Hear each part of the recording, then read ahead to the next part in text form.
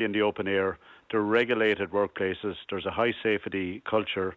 They are obliged to wear protective clothing, and I would say construction companies are taking their role very, very seriously now. 175 Irish people have left Perth, Australia, after efforts by the Irish Embassy and consulates in the country to repatriate citizens. They're on a Qantas flight headed for London and will arrive in Dublin tomorrow. Taoiseach Minister for Foreign Affairs Simon Coveney thanked all those who played their part in organising the flight. Meanwhile, Alitalia has put on a special flight between Dublin and Rome tomorrow to allow Irish citizens in Italy return home and Italian citizens living here to travel back. More than 11 million face masks and other personal protective equipment for healthcare professionals expected to be delivered on Sunday. Over 500,000 gowns and 1 million sets of goggles are to be shipped from China.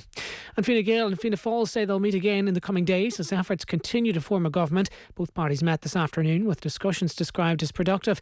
They've agreed on the need to form a strong, stable government in the face of the coronavirus crisis and will continue to engage with other parties. That's it for now. More in an hour. News Talk Weather. Thanks to the AA. Download the new AA app to request a roadside rescue and track the patrol right to your car. Mostly dry tonight with just some light rain in parts of the west and north. Lowest temperatures of 2 to 6 degrees. And now you're up to date on News Talk. Wednesday Night Rugby on Off the Ball. With Vodafone, official sponsors of the Irish rugby team. Team of us. Everyone in. Now, a very special Wednesday Night Rugby, we hope. We have on one line Ronan O'Gara. You're there, hello? Hi, Joe. Yeah. How you doing? Excellent, yeah. Yourself? Not so bad, not so bad. And we also have Peter Stringer. Hello, Peter. Evening, Joe. How are things? Yeah, very well. Where are you in the world at the moment? I am back in Cork at the moment. I'm the last 10 days I've been self-isolating with my family. We had a new baby 2 weeks ago, so it's been a bit of a challenge with not seeing grandparents and everything. But sure, look, everyone's going through the same thing. But it's all good. Everyone's healthy, so we're spending time together. So we make the most of it. Well, congratulations. Is that baby number one?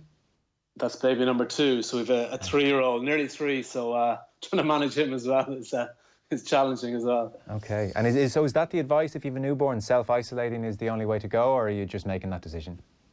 We're making that decision, I think, in terms of, I think my wife has just said, look, we don't want any visitors anyway. She was in for 5 days for a C-section, so it was quite tough in terms of managing our time in the hospital. And I wanted to get them out of there as quickly as possible because obviously, you know, the tremendous staff at CUH, but they had to make room for new cases of the virus. So it was just great to get them home and just spend a bit of time here, which has been great. I'm sure, yeah. And is Cork home now? That's the plan? That's the plan. That's the plan for the moment, anyway. And look, we're family is here. My wife is from here as well, so we're just enjoying that. And look, since I finished playing, it's just been about getting home and spending time with family because we had Noah when we were in Manchester when I was with Sale Sharks, and just spending a bit of time back here just makes you appreciate what you really have. So it's all about that at the moment and spending the time with them that I can and I can do that at this moment in time, you know. Have you ever been to Cork, Joe? Do you know where it is, Joe? I've heard of it. I'm sure you have. You haven't spent much time there though, have you? Not enough.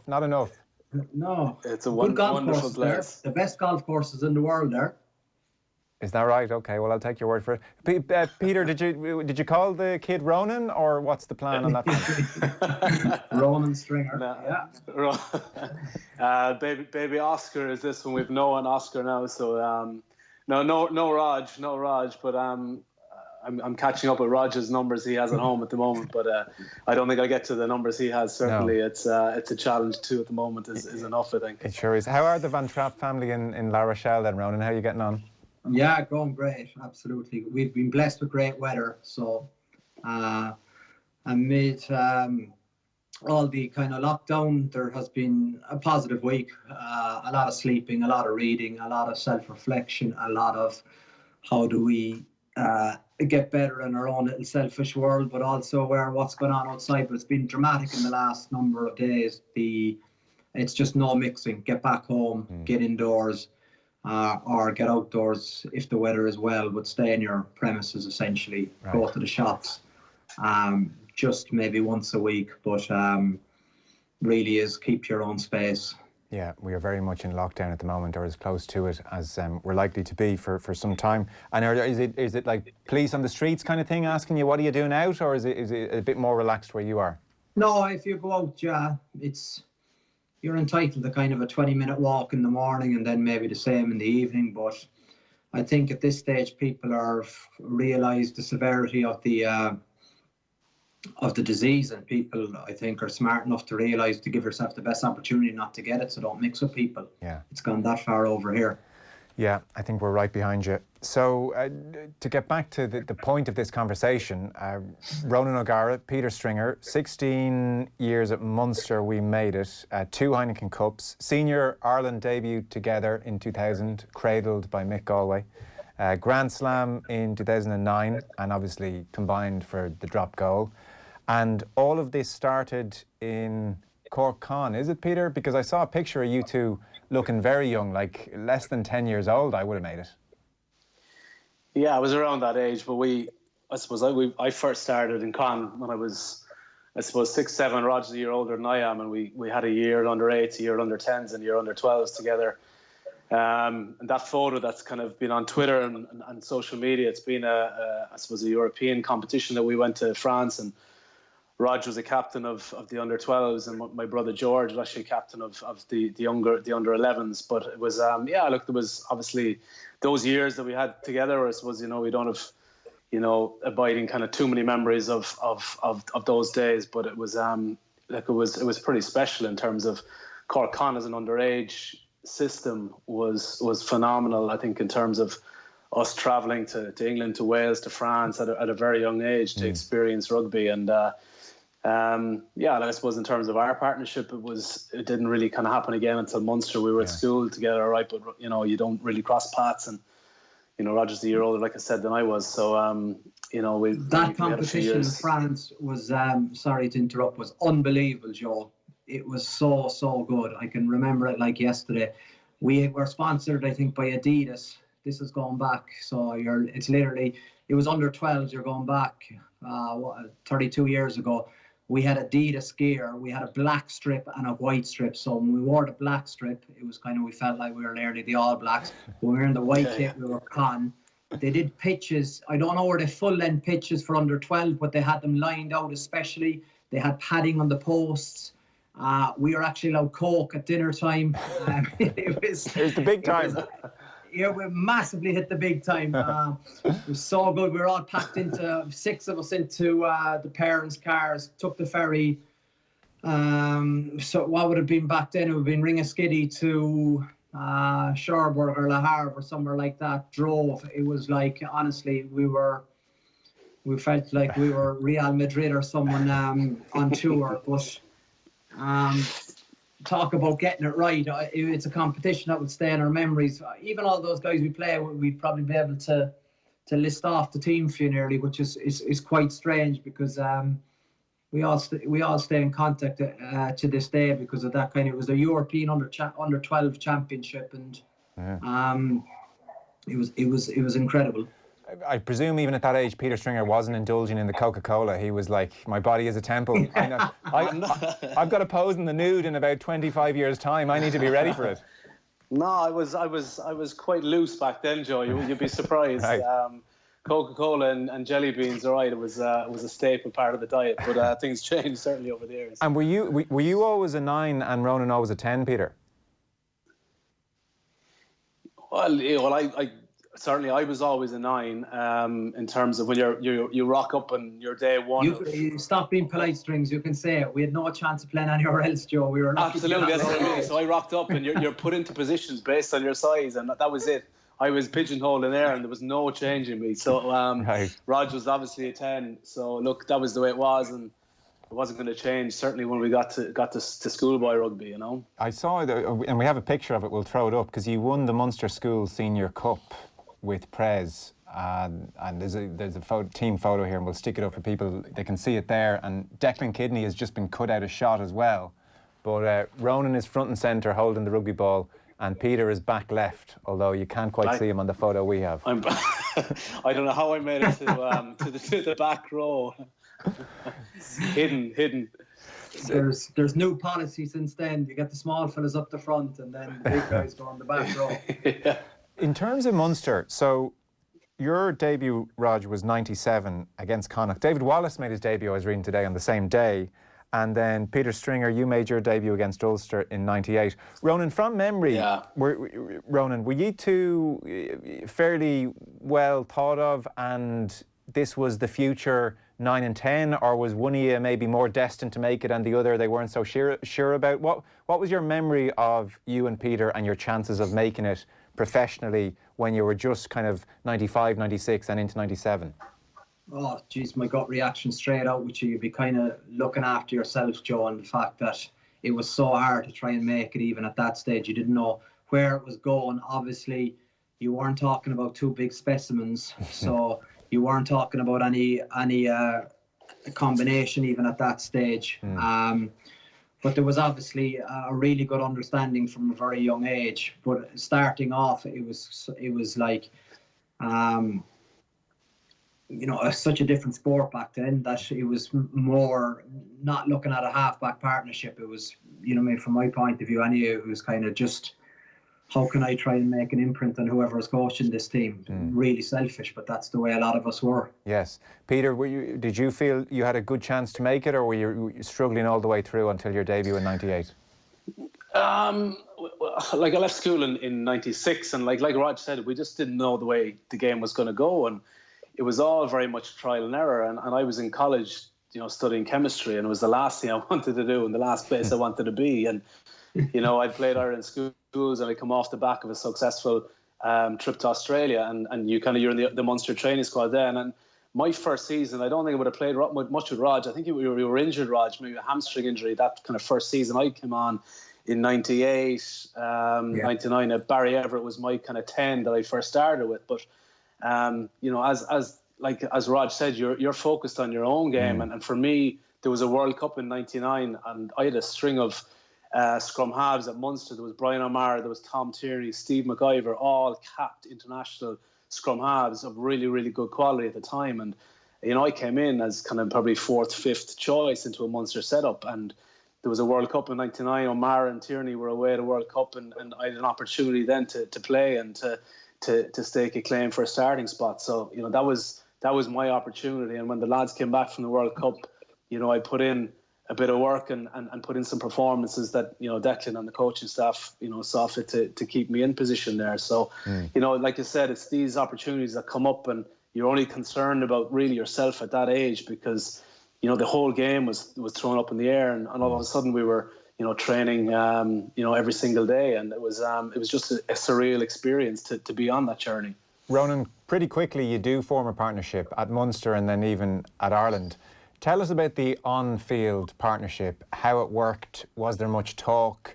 Who was calling the shots? Did you talk much about it in advance of games? Give us a sense of, once you got up and running together as a partnership and playing week in, week out, or pretty close to it, how did the Stringer-O'Gara thing tend to work?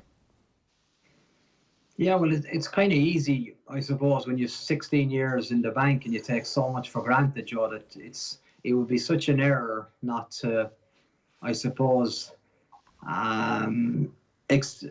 investigate the amount of hours that went into building a relationship. We took so much for granted, or people took so much for granted, but like, so much goes into training and figuring each other out. And then you get an idea of, for example, if I'm exiting, Strings knows exactly where I want the ball. Little things like that make a huge difference. So if I'm kicking to a left touchline, for example, and he puts the ball on my left foot, I've got to kick to a left touchline with a left foot, killer. But if he can actually hit me midline, then I can step with the pass and clear my line. So I think it was a really, really interesting relationship in the fact that I think the minute we probably hit the dressing room, zero chat.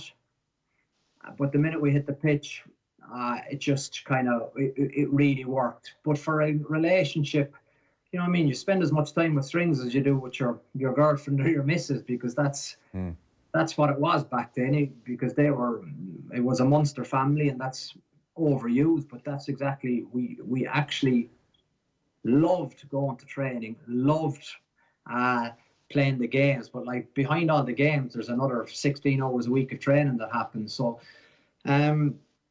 it was very, very natural, Joe, is probably what I'm trying to come around to saying. It was a very natural and relationship that happened, because Strings, I think, gets rugby, and once you have that, I think what he had an unbelievable pass, and he had a great management of his forward, so he knew exactly, once we got on the front foot, there are times when the forwards ate the head off him for taking the ball out, but there was also an unbelievably cranky bollocks outside him and me. So that's essentially how it worked, and he had such great patience and probably. And I think that was it, Raj. Cutting across you. Just that whole, I suppose, willingness and want to get the best out of each other in terms of a team that we were playing with at the time. So for me, it was about demanding the best possible ball that I can get from whoever it may be, Golov, Paulie, Donica, whoever it may be. If the ball that wasn't delivered accurately off the top of a line out, if I'm passing from right to left, if the ball wasn't on my shoulder in that kind of sweeping movement off a line out, that they would get it from me. And likewise, you demanded quality ball from me every single time, and the guys outside you demanded it from you. So it was that knock-on effect that brought the best out of us. So whether in a game or whether it's in training, and like you said there, that the forwards, I had to learn to boss these guys. When I first came into the game, you had the likes of Claw and Golov and Axel and Eddie Halvey and all of these fellas. I had to dominate coming out of UCC, a quiet kind of small fella that, I had to find a voice in myself and to boss these guys around the place. And on the flip side of that, then with Raj demanding kind of quality from me, it just had a huge knock-on effect right throughout the squad and enabled us to have that kind of quality week in, week out. And Peter, was there much talk between you and Ronan on the pitch across an 80 minutes? There would have been bits of chat, yeah, certainly. Look, there would have been a bollocking from Raj every so often if the pass wasn't kind of perfect, and that was good. That's what you'd want from fellas. We had our signals, off a line out if we wanted the ball. If he wanted the ball off the top, he'd give a signal like this. If it was a down and give like that, or if it was a drive, he'd give a kind of a closed fist. So we had all these little signals, these little intricacies that we were able to kind of communicate. But it was all about kind of quick ball again that I knew instinctively on the back of really quick ruck ball that I knew where Raj would want to be, and I'd put it flat on the line that I knew that he'd like to take it really, really flat.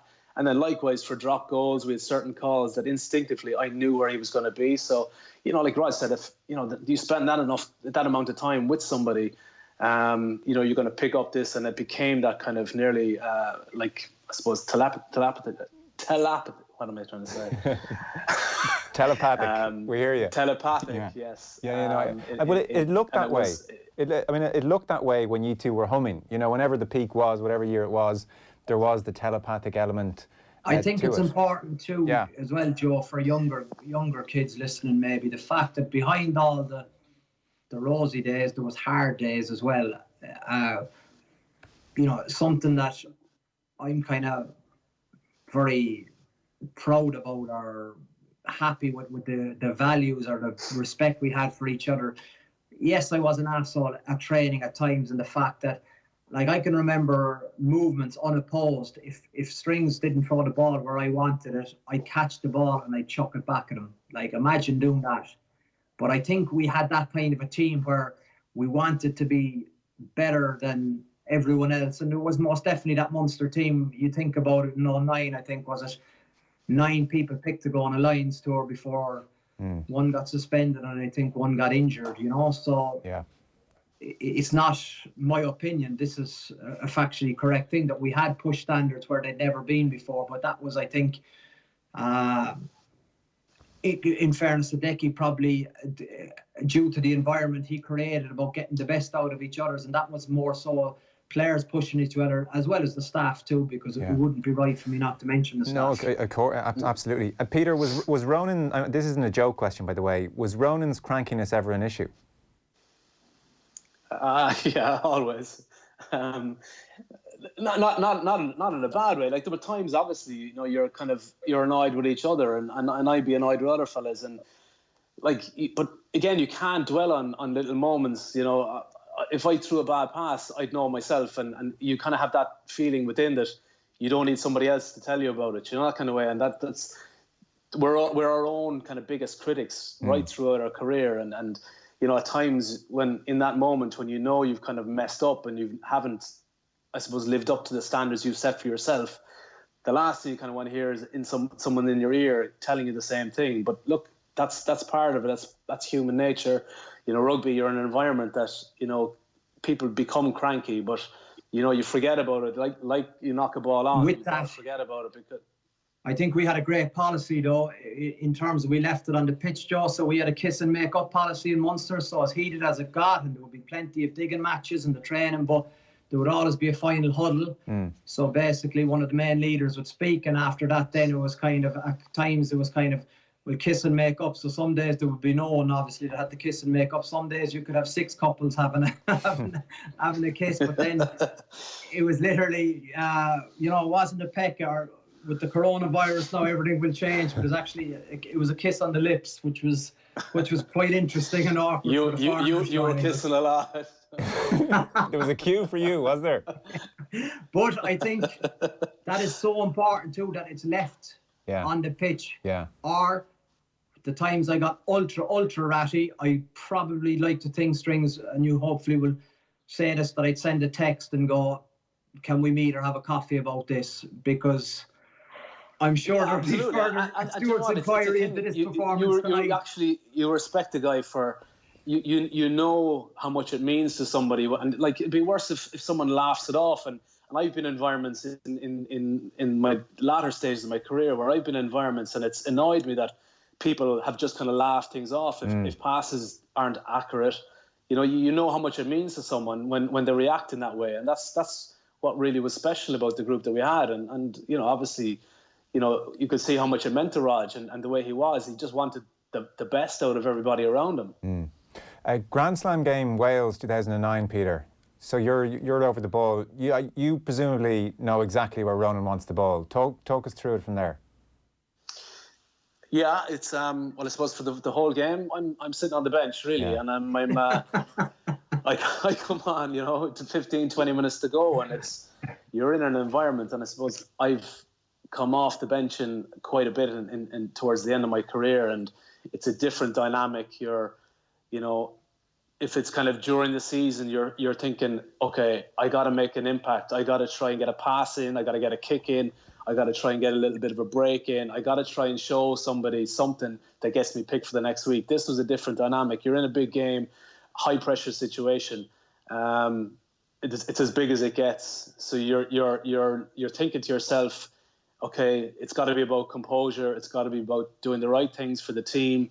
And my whole mindset completely changed, and understanding, obviously, we'd been in that position before in Cardiff and a few years previous. So that game where there was one drop goal and Raj got another one, and we beat Wales as well. But this was about just delivering one pass in a pressure situation, something that I had hit Raj with a ball I don't know how many times in my career, but this had to be on the money. And again, like Raj mentioned, the key point for me was getting that ball on the right hand side of his body, and like, you're looking at the drop goal in recent times, you probably look at it, it's probably a fraction high if I'm kind of being over critical about it. But I think the main point was that the ball hit him on the right hand side, and he didn't have to shift it over from his left to his right because of the Welsh guys coming off the line. But it was a case where I nearly hit Paulie with the ball when he nearly got in the way, and he was a little bit apologetic about it,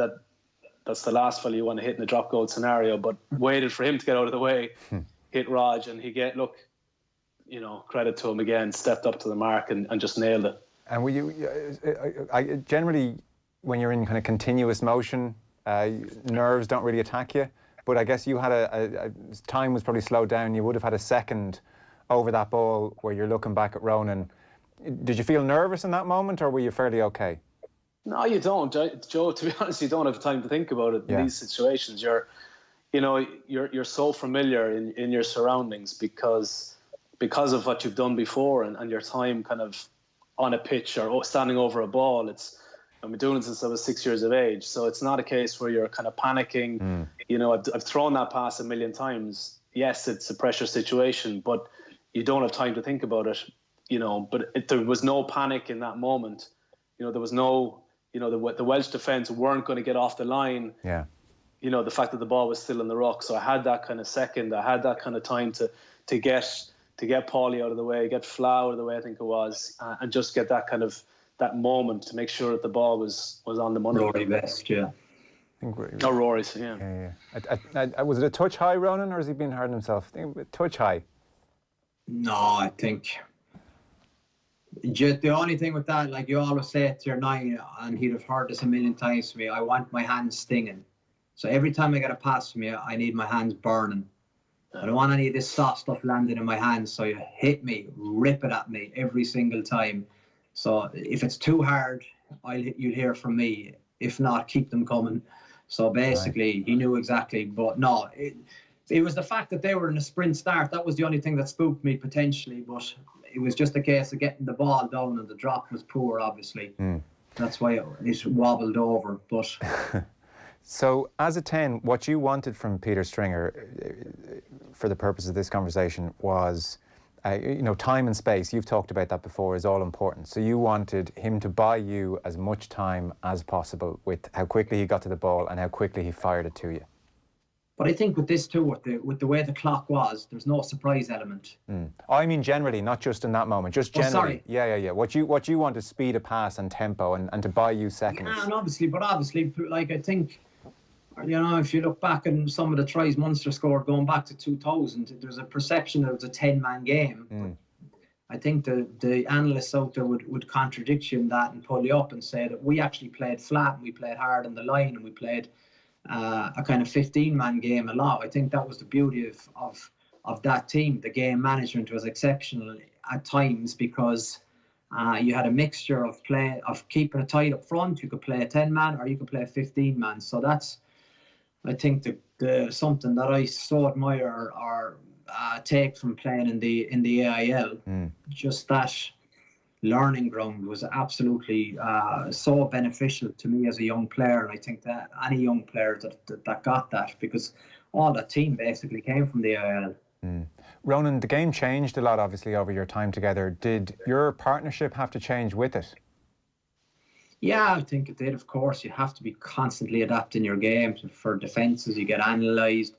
You have particular traits about yourselves, about your the combination as well. So a lot of, as you say, it has changed upside down from the time we started to when we finished. So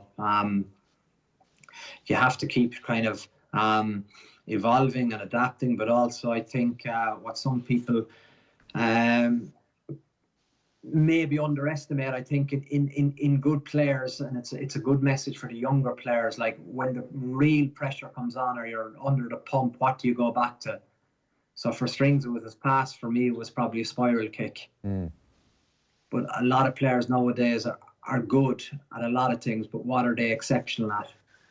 That's a point that I always kind of say, that look, you get analysed right throughout your career, and as we were on the scene, the first couple of years was all kind of rosy, and for me it was always, you get that criticism, you get that kind of critique about not making a break, and having kind of other elements to your game. You try and develop that over the years, obviously, but for me, I understood what I was good at and the effect and the value that it added to a team, and my reading of a game as well as my pass, and that's what I worked unbelievably hard at to ensure that I was the best at it.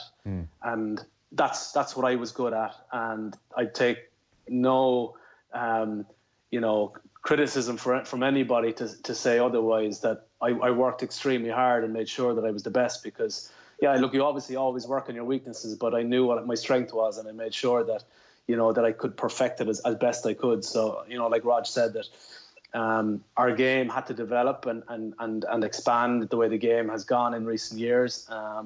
But on the back of an unbelievably good forward pack, it delivered us really good ball. It gave me quality ball, and I was able to give that to Rog. and we had unbelievable wingers, John Kelly, Anthony Horgan, guys who could finish tries, which were, they were incredible. Really the rate of scores that they got on the wings as a result of the number one, right through to 15 was a mark of the work that we put in. Ronan mentioned that, on the pitch, this lovely innate understanding, Peter, and then maybe back in the dressing room, not as much chat, and sport and offices and the world is littered with people who work together really well and then don't necessarily have to be world's best friends necessarily off the pitch. But would you two ever talk about rugby together and how you were going to approach games, or was there never much need for that? There was a need, but I think it was different when with Munster. You're with each other day to day, and you go home. And I'm a relatively a quiet person. I go home to my family, and I wouldn't be one for hanging out kind of with the lads kind of after training so much. And it's different when you're in Irish camp. You're there and you're in an environment, and you're there to learn, and you're there for a condensed period of time, and there's a great ability there for you to pick each other's brains. But I think with that kind of Munster setup, because you're on the field and you're with each other every single day, the way we were in that Cork setup, because it was split, Cork and Limerick obviously at the time, and probably there was need for, say, I was working with Axel in terms of an 8-9 combination on the back of a scrum. I'd have to put in a little bit more time kind of with him, or after training, or give him a call about something. And when you're with Raj kind of every single day, if you're kind of doing a weight session, we might have a skills bit of passing beforehand, but you're always chatting. But I think in terms of when you're away from the game, with the way it had gone, it was such an intense environment that you just want to get away from it at times. Yeah, I can appreciate that. And I guess, Ronan, you were then, after training or after weights, you were probably worrying about your kicking as much as anything. Yeah, that's exactly it, Joe. That was a bit of a memory, finishing up and the dressing room empty. So you nearly got to the stage where you'd even shower at home. It got that kind of, I suppose, that's your job. That's what you're expected to do. You got to put in the extra hours after training. But especially in the latter years, you're finishing up in CIT and everyone is gone. It's not as glamorous as you think, but that's what you love and that's what you do. Was there a big difference between what you would do for Ireland and what you do for Munster, Ronan, or was it pretty much, we can take the Munster understanding and just it was pretty seamless when it went to the green jersey? Yeah, I think, as you said too, probably the depth of analysis was nowhere near where it is in the modern game, I suppose, now. So, but it happened quite early, I suppose, for Ireland. For the both of us as well. So it kind of, everything just snowballed, and once you're on that roller coaster, Joe, you just keep going for as long as you can. You keep trying to get better, and that was the mindset. We're bloody lucky to be with two unbelievable teams, and I suppose looking back at a little bit of footage, just the atmospheres that you played in as well, it was very, very evident, I suppose, the impact the crowd had on both teams. Those atmospheres will stay with me for a long, long time. I was just looking at some images before I came on tonight, and it's powerful stuff. Yeah, no doubt. The image that we grabbed as well, the other famous one, is the Irish debut in 2000, and Mick Galway with one of ye either side of him. He says these days to make himself look taller. That actually wasn't our debut. Oh, wasn't it? That was actually against Italy. I thought it was the Scotland game. No, it was actually Italy. Right. The headline was Goodfellas. It was just, sorry to kill your buzz there now, Joe, but it was, that was the following week, but it was, there were some nervous moments, all right, those couple of weeks. I'd say they were, yeah. God is some man for spotting an opportunity. That looks like it's staged too. Yeah. Like, honestly, you look at I know from looking at that picture that there's no blood in my face. You're absolutely white as a ghost, drained, full of doubt, full of anxiety. But that was probably the day that gave me a belief anyway, that I was able to kick at international level. Up to that, you wouldn't have thought it. Yeah. But I think that was the day that it's great to have an Italian team in the Six Nations.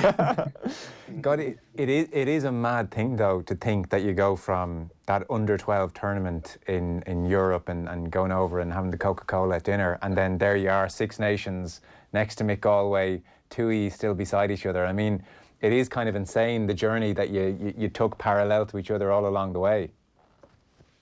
Yeah, it was fantastic. But yeah, like, I think... Sorry, you go, Pete.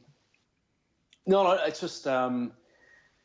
it is part of the journey, and like we spoke about it earlier, that you're probably in your own mind, you're kind of not thinking about that kind of combination of the guys with you. It's you're focused on your job, and that's what you have to do. I had a few ropey passes in that game, and that kind of stays with me. But knowing that, I suppose you take comfort from the fact in those moments when things aren't going well, that you've got that for familiarity around you, but you're not necessarily thinking, okay, Rog is there with me, Sure. the whole way up from under 12s. You're with kind of, Hayes, you're with Golov, whoever it may be, but you're focused so much on what you need to do as an individual.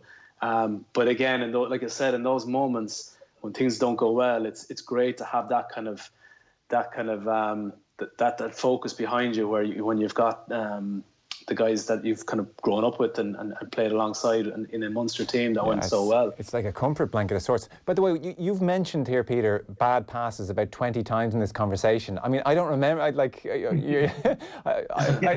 like you threw about 10 bad passes in your whole career, and it's like all you've done, according to this. There's a perfectionist in you, clearly, as well. It does great on me, and do you know what? There's one thing that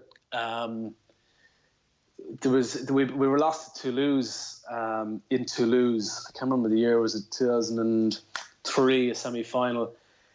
And I took the ball out of a maul, I think just too early, and I hit Rog with a drop goal attempt in the last couple of seconds. And I just kind of still think about it, that these little moments that do great on you, that are they're inside in your head, that you wish you could kind of get back, but. It's just, I suppose, being in a professional environment, that you want to get the best out of yourself every single time, and that's really, I think we were so lucky to be in a team that we had so many great characters and guys who had that kind of will and a want to be perfectionists, to get the best out of each other, and that's ultimately what made us a successful team, Yeah, I think the timing too of the debut was critical. I think I made my debut for Munster in 97, capped for Ireland in 2000. But like those 2.5 years, the acceleration by, I think, the experienced players in Munster has made it very very easy for us. I was kind of Killian Keane, who would have been obviously the first choice out half, I was trying to replace there, but he was always really friendly and always good for a word. He understood what's best for the team. I think he was decent enough to kind of, as a competitor, wanting to hang on for as long as he can, but hopefully saying that this guy can do a good job for the team. So he was very generous with his information. You fellas like Dominic Crotty, but also up front, if you weren't, like as Peter said, for the first 18 months in that dressing room, I was a 10. I was meant to be running the team. I would say in the dressing room you didn't speak. You were just kind of like, oh, am I all right to get changed here? And will my clothes be here when I come back? Then once you start proving yourself, and there's a great saying about AHS, above his station. Once you're not above your station, everything was good in Munster. And once you have that respect, and I think that dignity for your teammates, it really started early, but it was such Jesus, I'd love to get into the car and drive to Thomond Park in the morning to play with them again. Yeah, no, I'm sure. There's a few texts in. Joe, of the many brilliant things Rog did for Irish rugby on the pitch, I think his greatest was off the pitch when he was interviewed post-game, and he said, people say the English clubs are better than the Irish. I don't believe that. It was groundbreaking at the time, kick-started a change of belief and showed a growing confidence. Also, Strings and Rog, the best ever Irish halfback partnership, says Greg in Wicklow. The Walkinstown Beckenbauer was in touch. Joe, great interview with the lads as an ex-Defence Forces member with what's going on in the country. Great to hear two lads in the trenches together. I hope listeners will take the positivity from it. And then most importantly, Joe, will you not ask the lads, did they win that under-12 tournament in Europe? Well, that is the key question. There's a bear shit in the woods, Joe. You started early. Listen, great stuff. Thanks so much for taking the time to do that. Peter, I guess, batten down the hatches. You've got to nighttime feeds and nappies and all that stuff for the next while. Absolutely, Joe, and I wouldn't have it any other way. It's amazing, and I suppose it's a time where we're at home, and it's we got to make the most of it. And like I said earlier, it's about the family now at this stage. So look, it's all good. Good man. And Ronan, thank you. Thanks for taking us down memory lane. Evening. Yeah, it's great. It's a nice new venture on OTBPN. So looking forward to next week. All right, good man. Thanks very much. Ronan O'Gara, Peter Stringer, we'll see you. Good luck.